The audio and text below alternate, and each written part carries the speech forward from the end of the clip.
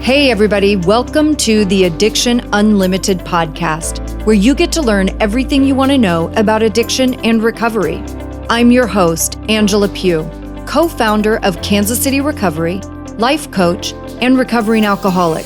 To learn more about me, you can listen to episode 0 on your podcast app or find us on the web at addictionunlimited.com. Okay, Addiction Unlimited fam, you know I am super excited about this episode.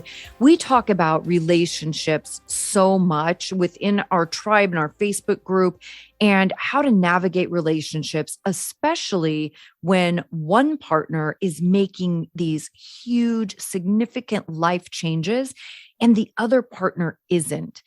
And there's a lot of pitfalls in this. It brings up a lot of fears and discomfort on both sides of the coupleship. And I've been looking forever for someone to come on the show and share some insight who's actually been through this. And I finally found the person. And really, I have to say thank you to one of our Facebook group members, because they are who threw this name out for me, which led me to the lovely Beverly Buncher. And she is going to share with us her experience, the BALM program, BALM method. You guys are going to love this. Let's take a minute and welcome Beverly to the show. Beverly, thank you so much for coming on and doing this episode with me. Thank you so much, Angela. It's great to be here. Why don't you take a minute and just tell everybody a little bit about yourself and what you do? Okay. Well, I'm a person in long-term recovery, food addiction, and family recovery. And about 36 years ago, I met my husband, and I was in recovery and he wasn't. And his drugs of choice were, I think, cough syrup and something else. I don't remember now. It's just not that important today for me. And I loved him. And I was going to meetings and people said, "Get rid of him. What's wrong with you? You're in recovery." I remember one of my OA friends saying to me, "You're nuts. This is going to ruin everything." And I said, "I love it." What I did is I went to meetings every day, and I would go to Al-Anon and really try to find the solution of how to have a happy life. And it wasn't working for me, so I dug deeper. I dug into the literature. And I studied the original Al-Anons and what they said about how to live with someone who's challenged and how to help them. And I did what they said. And it took me about 9 months to get to the point of being willing to do that. And then I did it. Within a very short amount of time, my husband was in treatment. After pushing, begging, cajoling, I did this little thing. And he went into treatment. And when he came out of treatment, he was at a meeting and I was in the back room. He said, "She's the reason that I'm sober today." And I said to him afterwards, "Don't you ever say anything. I'll get kicked out of Al-Anon. I'm not allowed." So, that was then, this is now. What I've learned since is that the family, and the research backs it up, the family has an enormous contribution to make to a loved one's recovery. And I know that for a lot of people, when they're in recovery and their loved one isn't, the road to the door is short because they've been told, don't put yourself at risk. At the same time, I think it's possible to be there for someone while being there for yourself. And that's what I teach families and what I coach about and what I write about. And that's what I do. How did you navigate those conversations with people telling you, like, get rid of him? It's a great question. The funniest was when I went to either Families Anonymous or Nar-Anon, and these parents came over to me and they cornered me. It was like they pinned me to the wall and said, "What's wrong with you? We have no choice. You can get out. You're not even married yet. What's wrong?" I mean, like, they were going crazy on me. I said, "Look, I love this guy. He's a lot more than an addiction. He's a human being, and he's funny, and he's smart, and he's gifted, and we have fun together. I just have to figure out how to be in relationship with someone who has these problems." And then there was another lady who said to me, "Look, do you realize how low your self-esteem must be to be involved? I said, tell me something I don't know. That's my life's work, is self-esteem and balance. So somebody who has really high self-esteem and is high functioning at this point, I don't think we jive. This guy and I, we're going to work our stuff out together. I'm not worried about it.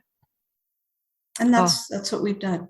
Yeah, I love that. That's so powerful. I feel like there are so many people questioning, how do I do this? Certainly with substance, and I'm getting sober now and my life is completely different, but my partner is not. And how do you navigate the ins and outs of daily life and what that looks like? And, it is getting sober, from alcohol and drugs for sure, it triggers so many things inside of you and so many fears, and everything in your future becomes unknown. And as damaging as addiction is, there's comfort in knowing what's going to happen. Like I knew every day how I was going to feel. I knew what I was going to do. I knew what it was going to be like. There was no unknown. And there is comfort in that. Well, now all of a sudden, you put your substance down, everything becomes unknown. You have so much fear. How am I going to do this? Am I going to be able to do this? Am I going to be good at it? Is my person going to stay with me? Or do I want to stay with my person? And then you have all the fears that are triggered in the other person. I mean, it's just a lot. And how do you walk through that and keep your relationship intact? I mean, I'd say in a nutshell, love yourself, love them, and have empathy for the fact that, exactly as you said, you're going through it, they're going through it. They're seeing you change before their eyes, and they're scared to death. So your job isn't to fix it. Your job is to be loving. In relationships, any of us that have been in a relationship, we know that loving someone and being in a relationship is a choice that you have to make every day. Every day. Right. And it is so important to remember those, be empathetic, be patient, be understanding with each other, because listen, we're not always going to like one another, right? I'm not going to love everything my person does. I'm not going to love everything they say. I'm not going to love every decision they make. I'm not going to agree with all of it, right? But I have to make I don't know what you're talking about. My husband and I agree about everything. Everything. It's all perfect. Let me tell you that I have a saying. There's the main difference between couples that stay together and couples that don't is that the couples that stay together, stay together. That's the first step, is making a decision. Today, I'm here. Okay. So if you're in a situation where your loved one is still struggling and you're doing better, and you're doing what you need to do to take care of you, and you don't know how long you can take what their journey is, I'd like to share the calendar with you. You take out a calendar. Remember when we used to have calendars, and you go 3 months ahead and you write, how are things now? 6 months ahead, how are things now? 9 months ahead, how are things now? 12 months ahead, how are things now? And then in the moment, and until that 3-month point, you make a decision. Today, I'm staying. Today, I'm working on me, and I'm loving him or her. And one day at a time, that's the journey. Taking care of your side of the street, so to speak, and loving them. Oh, we just love to go over to their side of the street, though. We just love to go over there and tell them what's wrong with them, what they need to do better, how they need to communicate better, how you need to treat me better. We love to get on their side. Oh, that one especially. You could speak nicer to me. Listen, here's the thing. It's not that there isn't anything to say to them that could be helpful, but it's how you do it. It's when you do it, and it's why you do it. So what I've learned over the years is that when I fill myself with peace and love, and that is a commitment to a mindfulness practice daily, there's room in my heart for someone else. When I don't have that practice, I'm on the edge. So watch it. If you say the wrong thing, man, you're in trouble. So my job first is to stay mindful. We have 7 steps to be a loving mirror. BALM stands for be a loving mirror. And to be a loving mirror means to live from unconditional love. And you start with step 1, be the peace you wish to see in the world. That's mindfulness. And it's a practice, and it's a choice, and it frames everything else. What I found in the last couple of years of my husband's last relapse in the 2000s, like 2005 to 2008, he was in a very bad relapse. And I was about ready to go over the edge, really. And I found a mindfulness teacher, and I got calm and still, and I was okay. I wasn't in denial. I was just okay. And so then on the basis of that, I could make decisions about how to relate. So one of the things that happens when you get a really good mindfulness practice going is you start to be able to watch your thoughts. Instead of just having these thoughts that are going, you watch them and you go, oh, I hate him today. Or, oh, look at that. I'm thinking about how he's ruining my life. Or, oh, I could do much better, or whatever it is. And you're watching these thoughts and you're going, well, that isn't really a healthy way to spend your mental time, but that's what I'm doing. Okay. The second step is to observe clearly of the BALM. Observe the world around you. So you observe what your loved one is doing and saying, and you get clear about it. Are there things that he's doing and saying that are harmful to him, harmful to me, harmful to our relationship? Be aware of them and don't judge them. Just be aware that he is where I once was, absolutely troubled. And so my job is to just be aware, and I can help him see past his blind side. I believe that that is a big responsibility that we can choose to take on in married life or in any kind of couplehood. Because really, who better to help you see past your blind side than someone who loves you more than life? But think about it. I can see past your blind side, and this is what's happening. It doesn't work that way, right? They're going to say, why are you criticizing me? So there's a very specific way we teach families to do this. And it starts by just observing, becoming very clear about what are the facts and what are my opinions about the facts. So you're at peace. You start to see what's happening. You see somebody come in and collapse on the floor. You hear them yelling mean words to you or whatever. And you're just observing. But inside, your heart's racing and you... So then step 3 of our method is become aware of your inner emotional landscape without judgment. So see how you are feeling as you're experiencing this way that your partner is behaving.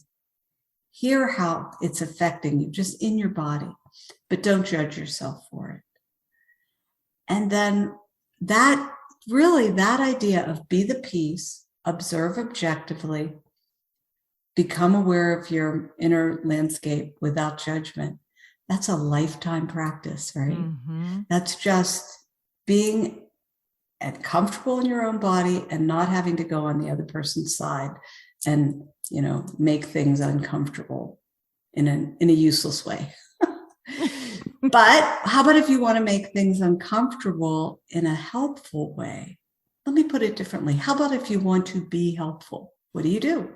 Well, if the person that you love is struggling with a use disorder or really anything that is throwing things off, we have 4 more steps.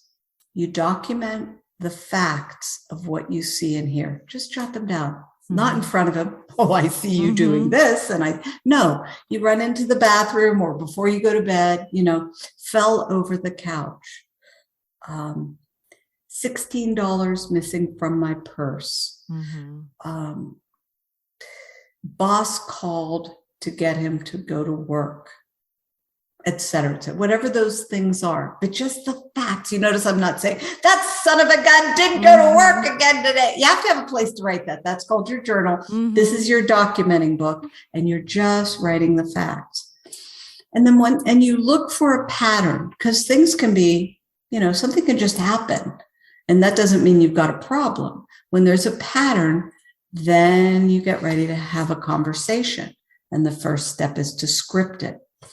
Our conversations start with love, always start with love, then share the facts, a concern, end with love, and then something trivial like, what would you like for lunch? So it would be like this. Let's say that your spouse, just those three things I mentioned, see if I can remember them. Not sure, but I'll try. Okay. Sweetheart, I love you. Oh, first of all, you ask, could we have a conversation? When would be good for you? And they have to be lucid. You don't want to have a conversation with someone who is under the influence to the point where they can't remember anything, because it's a waste of their time and your time. It'll turn bad. So when they're lucid, you ask for the conversation. Sweetheart, I've noticed some things, and I just wanted to share them with you, because I know if you noticed them in me, you'd share them. That's what being loving is, being aware together, blah, blah, blah, however you want to say it. But you just remember, tone is critical in these conversations. And then you say, well, last week, $16 was missing from my purse when I woke up, that was there when I went to sleep. And this morning, you walked across the living room floor and fell over, and it took you a while to get up. I tried to help you. You pushed me away. And the third thing that happened was, do you remember what I said? The third thing that happened was I asked you where you'd been, and you told me that you were at work, but your work called me and told me you weren't there. So these things concern me, sweetheart. They really do. And I love you so much. By the way, what do you want for lunch?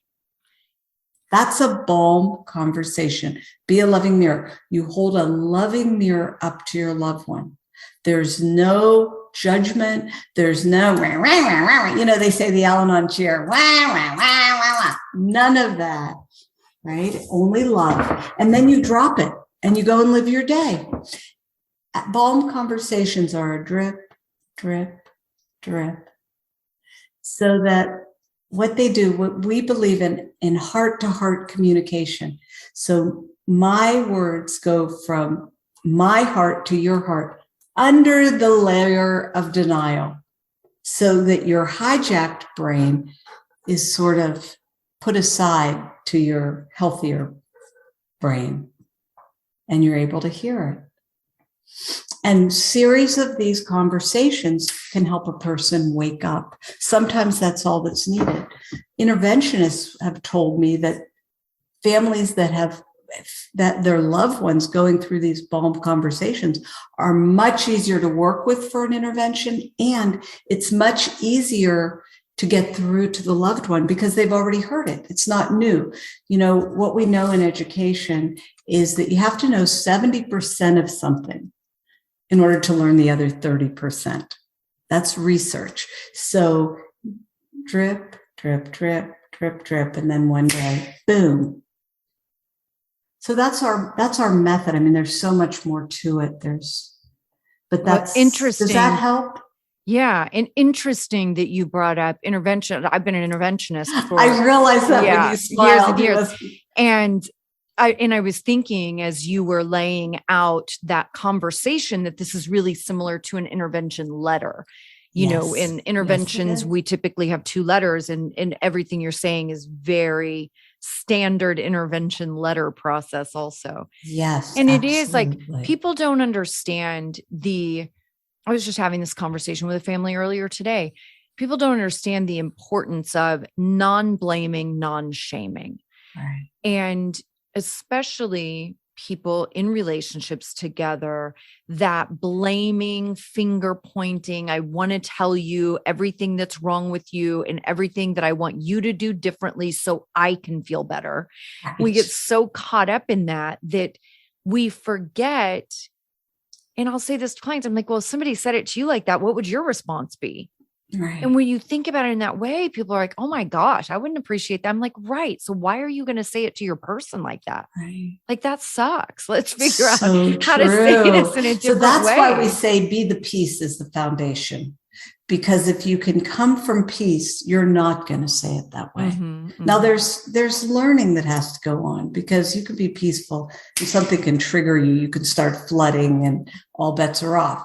So yeah, I mean, there's a lot to it, and yet that's the essentials.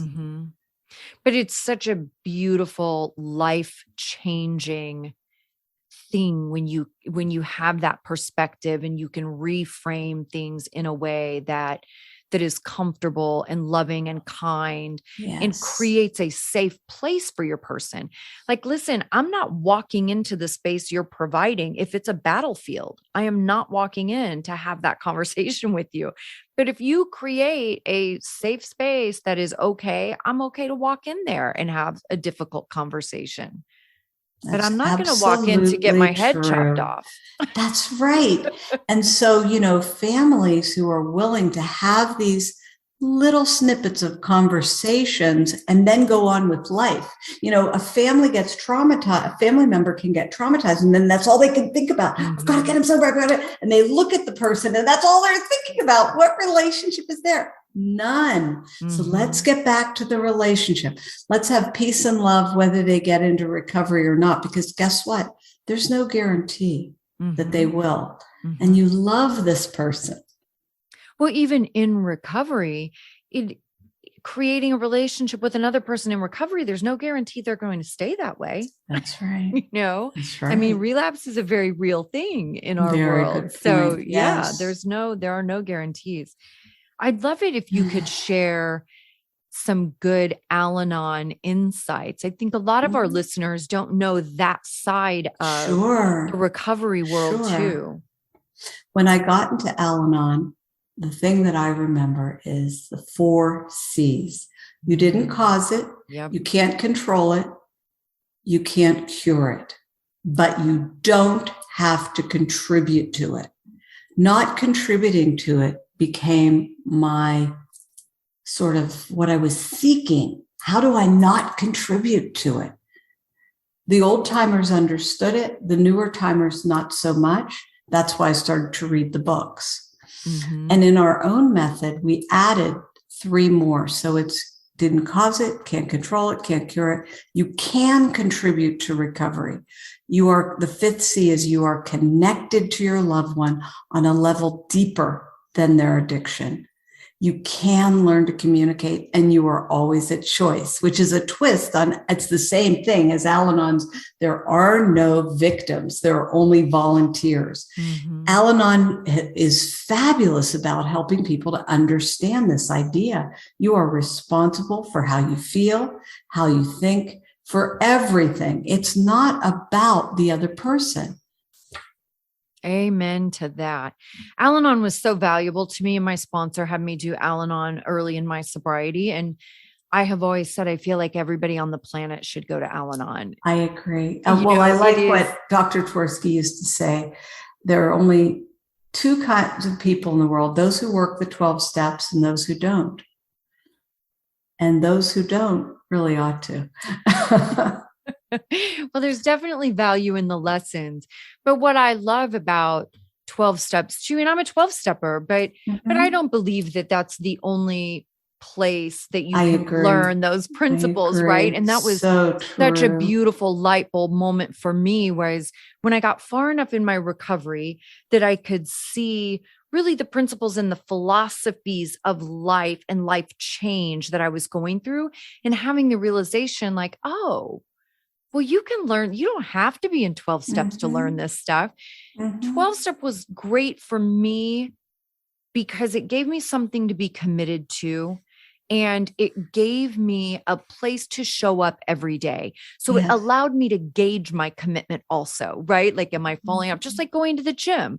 Am I showing up or am I not showing up? Yes. Am I creating some accountability for myself? So if I don't show up, people are wondering where the heck I am, because that's important too. It is. It Community was is just, critical. it's critical. And 12 steps for me was just the cheat sheet. They put it all together and all I had to Yes. do was show up and follow some simple suggestions, Absolutely. which was what I needed then, because my brain was scrambled. I was so overwhelmed with life and dysfunction and anxiety and drama and trauma. And like, it was all so much. I could not make a decision to save my life.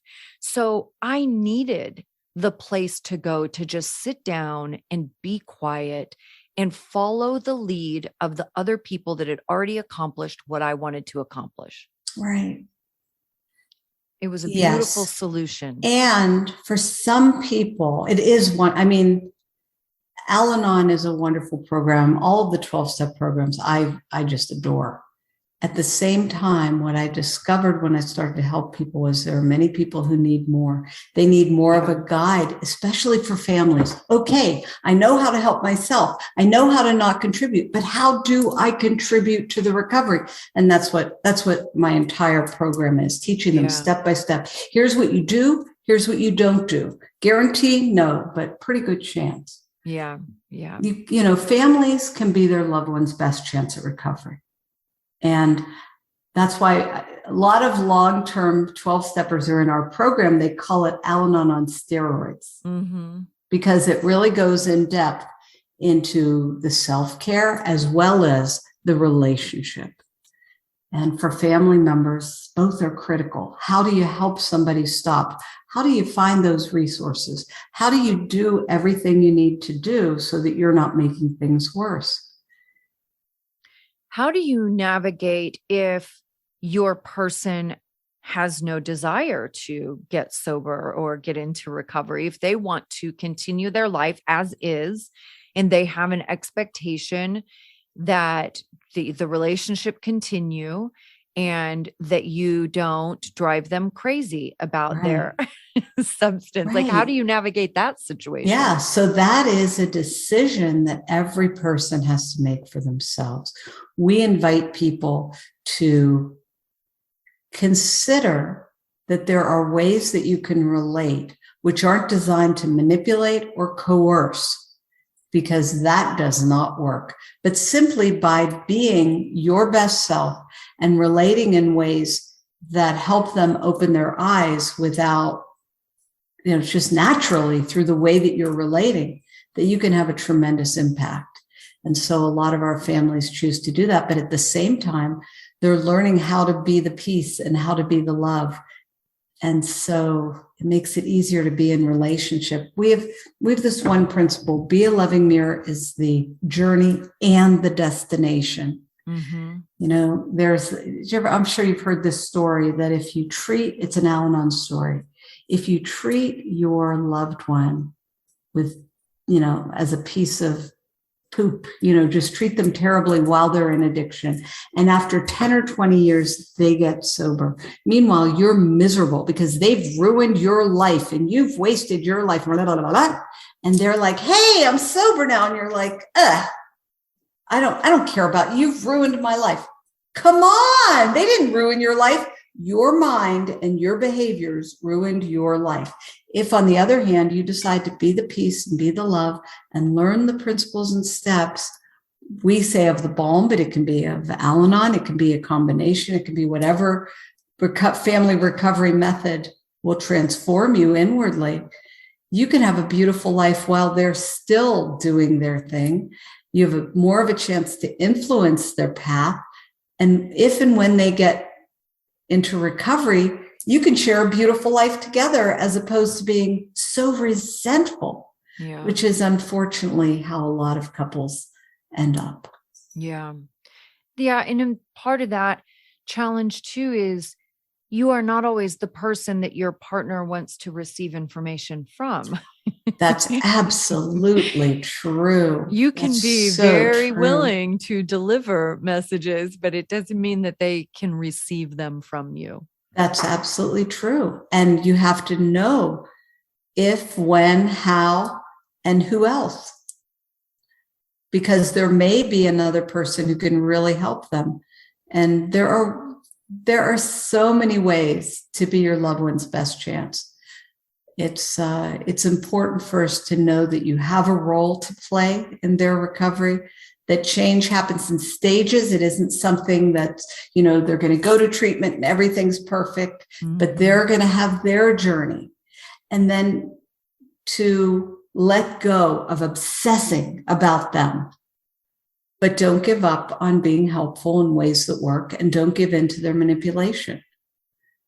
And finally, know that you can be their best chance. How can you be their best chance? By staying out of denial, by using leverage when appropriate, which is basically negotiation, by not enabling, but helping when it's appropriate, and by setting boundaries. And we say, like Melody Beatty, boundaries are about you, not about them. It's not, right, you have to set boundaries on him. No, I set boundaries for myself. That's right. This is as far as I'll go. These are the things I will and won't tolerate.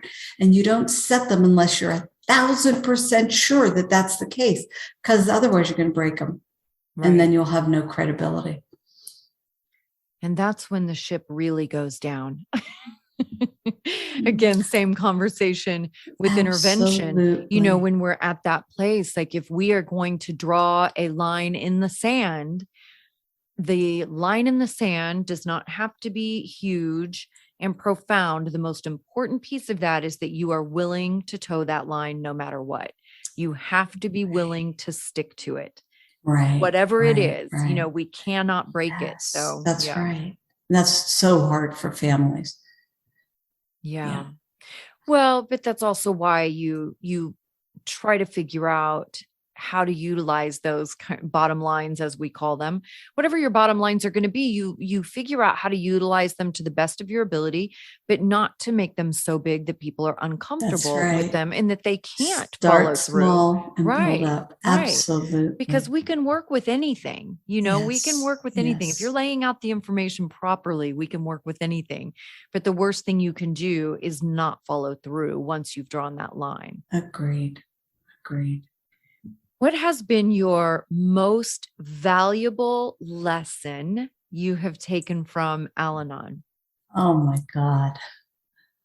That's a hard one. See, if somebody asked me that. My sponsor, I got it. My sponsor changed my life. Amen. And she told me from the very beginning, I would have the phone in my hand and I would say, I was a newlywed, I am going to take this phone. I am going to smash it through the TV. I'm going to take these heels. I'm going to hit him over the head. This is how I talked. Okay. And she would say, you hear me breathing? She would breathe and she'd say, sweetheart, your primary task is to be a loving person. That's it. Your only obligation to another adult human being is to be a loving person.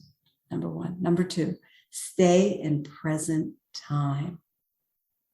Don't go off into projecting, worrying, craziness. Be here in this moment and then this moment. So powerful.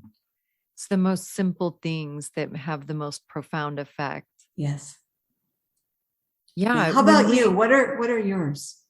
My sponsor, for sure, from AA. I mean, my sponsor was one of the greatest gifts I've ever had in my life. I mean, Lifelong, just really, just the absolute perfect person for me. Right. But there's just no way that I could narrow it down. I feel like I always say my mom built my foundation, right? Mm-hmm. Of honesty, integrity, hard work, like being a good person. But it was really AA and my sponsor that built me as an adult, right? And allowed me to grow into a person that I never even knew I was capable of being, because I was such a crappy person for so long and in so many ways. I didn't know that I was capable of being good. And there's just so many pieces of life that I learned in those rooms. And again, not that that's the only place to learn those lessons. That's just where I learned them, but how to be a good human, stay on your side of the street was really huge for me. All you can control is what fits in your hula hoop, right? Yeah, which is pretty much just me and my dog. But huge, but all of those things, and they're cliche. You can control your dog. Yeah, I got two him. of them here who were barking like crazy. I guess I did control them. I shut the doggy door. Yeah, but that's, all of those. There's so many of those little things that were just the things that I live by. Learning gratitude.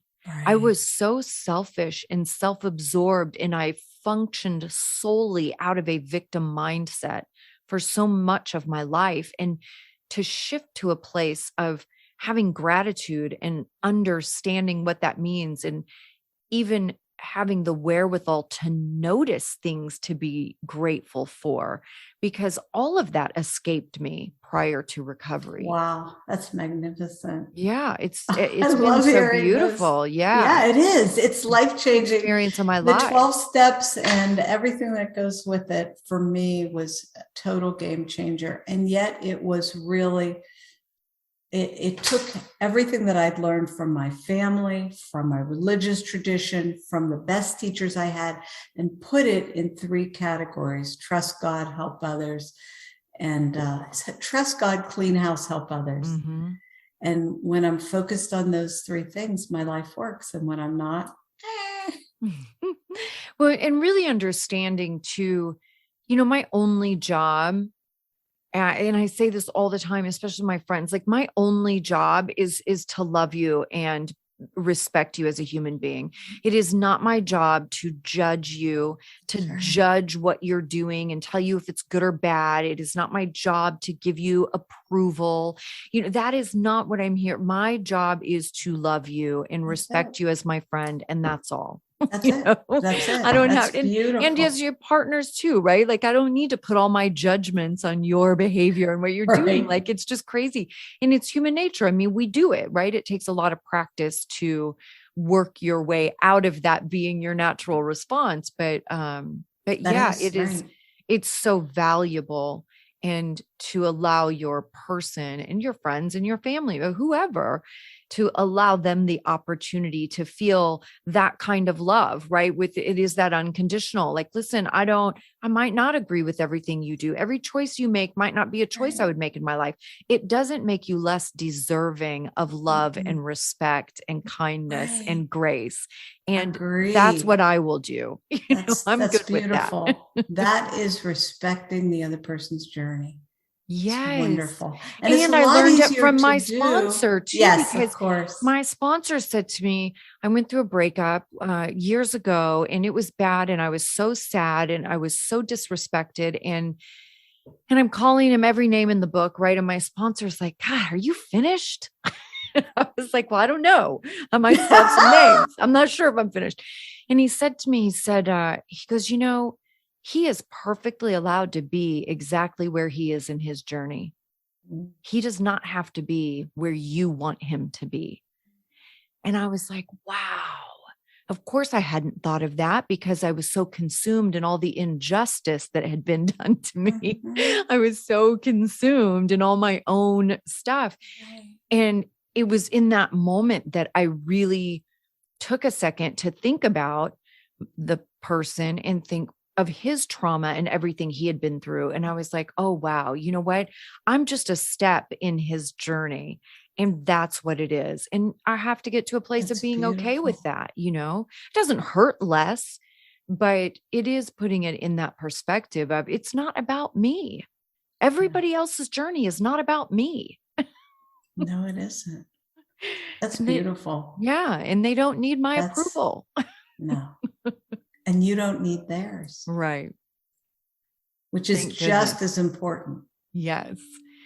and a tough practice also. Yes. To get to where you can just be okay in who you are and what you're doing and not explaining yourself and not apologizing. Like, I don't need to do any of that. I don't owe anyone an explanation.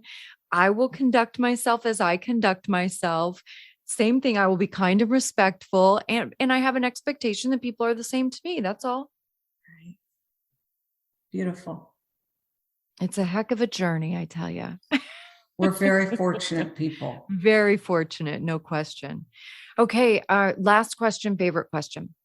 What is your favorite thing about, I usually say, what's your favorite thing about being a sober person? What's your favorite thing about living a life of recovery? Freedom from the craving, freedom from the urge, I don't know a different way to put it. Yeah. Just that, I'm just enjoying my life, enjoying my body, enjoying my relationships and my choices and my work. And it's all because of recovery. Yeah, for sure. And that doesn't mean that every day is perfect and that we're super happy every day. I know, but I feel like people forget, like, listen, some days are going to be crap. They just are, and that's okay. It's not the end of the world. We can get through those things. Nobody's ever died from being uncomfortable. So I can have some days that aren't, that I'm not knocking it out of the park, and that's okay. Absolutely. Well, Beverly, thank you so much for coming on and doing this. Thank you for having me. Yeah, thank you for sharing your journey. My pleasure. Thanks for sharing yours. You've reached the end of another great episode of the Addiction Unlimited podcast. Candid and honest conversation about addiction and recovery. Be sure to visit us at addictionunlimited.com to join the conversation and access show notes and links to everything we talked about. Love this episode? Please take 30 seconds to subscribe, rate, and review on iTunes to help us improve and give you the information you want. Thanks for listening. See you next week.